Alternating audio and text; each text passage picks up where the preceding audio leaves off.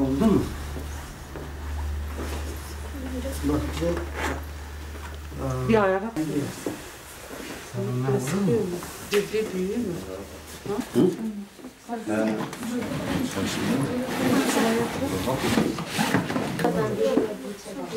Görüyor musun? Parmakların uçları bunların. Konuşmasın gibi ya.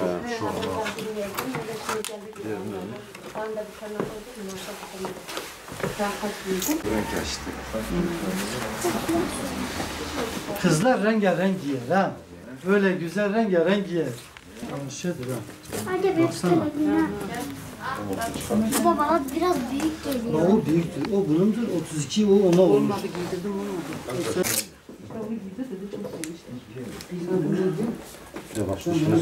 Yanlış şey. Diğer ayak diyeceğiz. Tamam o ayak oluyor. Bak bu elini bağladın bak şey olur.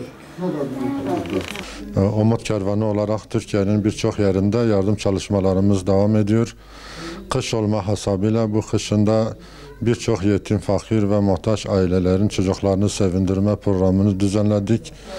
Bugün de Elazığ'da muhtaç ailelerin çocuklarına giyim programımız oldu.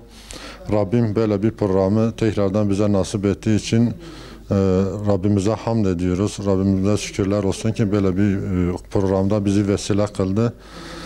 Biz bugün Elazığ'da, Elazığ Umut Kervanı'nda 130 çocuğa giyim giydirdik. Bu kışın Umut Kervanı olarak çocuklar üşümesin kampanyası çerçevesinde 130 çocuğa mont, bot, ayakkabı, bere, çorap, atkı giyim yardımında bulunduk. Rabbim bu hayrı bizden esirgemeyen hayırseverlerden razı olsun. Bizler de Elazığ Umut Kervanı olarak bu yardımda bulunan hayırseverlerimize buradan teşekkürlerimizi iletiyoruz. Çocuklarla beraber herkesin gelsin. Benim çocuklar ve kimlikler. Şimdi gel buraya.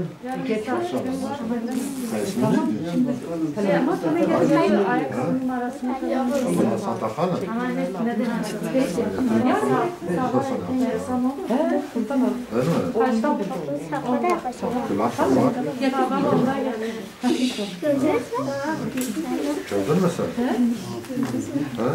Bakın bakalım. Hele gel bakalım. Bak, ne güzel yapmıştın.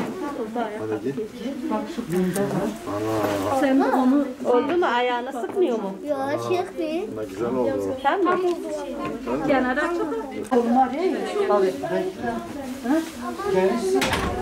Ezele biliyor.